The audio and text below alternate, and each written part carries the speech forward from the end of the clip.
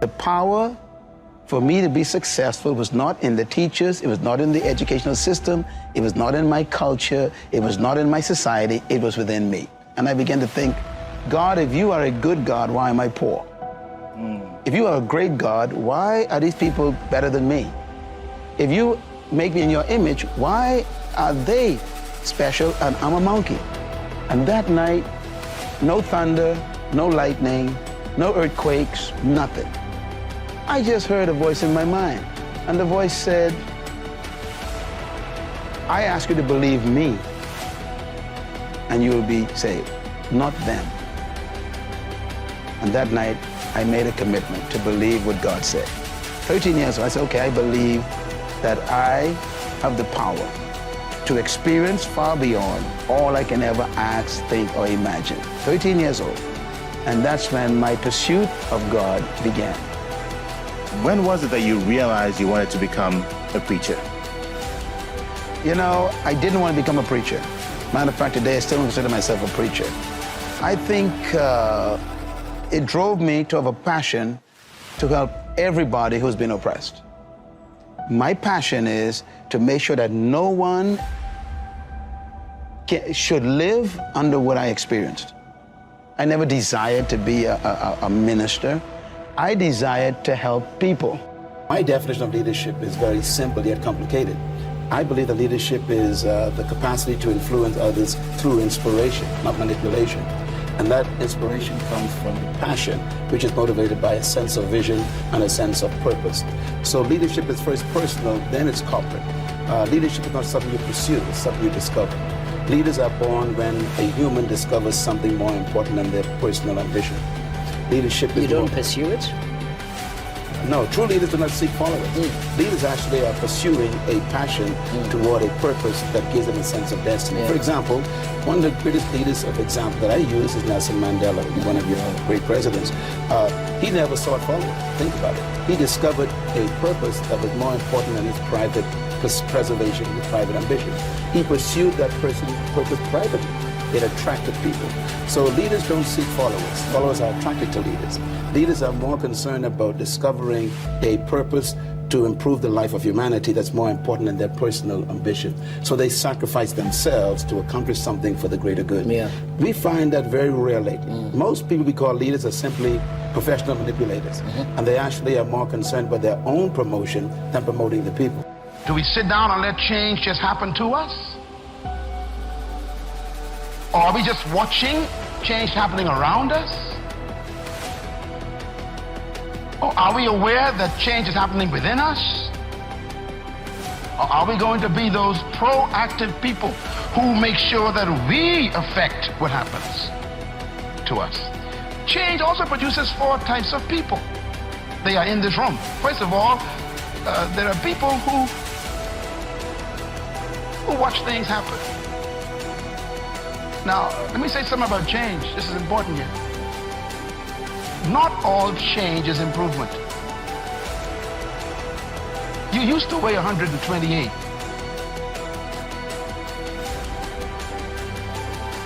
And now you changed. And for some of you, that's not an improvement. You lost your wardrobe. You lost your ability to climb up steps fast. You even lost the quality of health that you had. Change doesn't mean improvement all the time. But the problem is, without change, there can be no improvement. So you have to decide what to do with change. Change will happen. And if you are not careful, it could be destructive. So you have to determine what kind of change do I want in my life. And I want you as a young person, as a mother and a father, as a business person, to think about your company even, or your family, or your educational pursuit. What kind of classes do you want to take in college this year? What kind of grades do you want?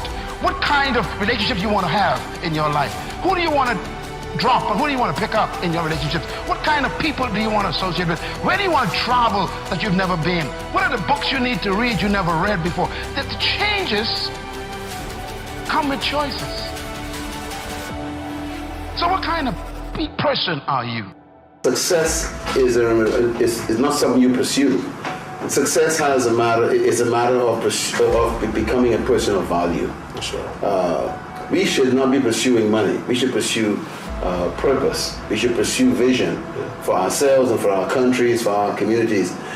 We should be not pursuing things. We need to pursue ideas. That's right. I always say that there are three types of people in the world. There's poor people, there's rich people, and there's wealthy people. Poor people talk about money all the time. Rich people talk about things. Wealthy people, they talk about ideas. Rich people, poor people, and wealthy people think differently. For example, poor people, they pursue money. Rich people pursue things. Wealthy people pursue ideas. And so constantly there's a different way of thinking. I hope that the third world countries and the young people of our nations will become ideas people. You know, ideas control the world, not money. And ideas attract money. So I think if we minimize this desire to get money and elevate the creativity of new ideas, we will find that financial results will naturally flow to it. Bill Gates didn't pursue money, he pursued an idea. Stephen Jobs, the late Stephen Jobs, who invented the Apple computer and the iPhone, he never went after money, he developed an idea. And I think, if you think of all the wealthy people in the world, it was ideas that made them wealthy, not money. That's right. So I think we need to switch it, reverse it. Don't pursue money and then try to get an idea. Get an idea and money to pursue the idea, and you become a byproduct as far as wealth. Change is inevitable. Change is also the principle of life. That means everything that is alive will change. And even things that are not alive will change. You know, a lady came to me, she says, I came to the Bahamas for the last 10 years and I missed 4 years. And I came here this past month and everything is different. The airport is new, she said. What happened to the old airport, she said. In other words, even the things not alive are changing. The way the river runs down the mountain is wearing away the mountain.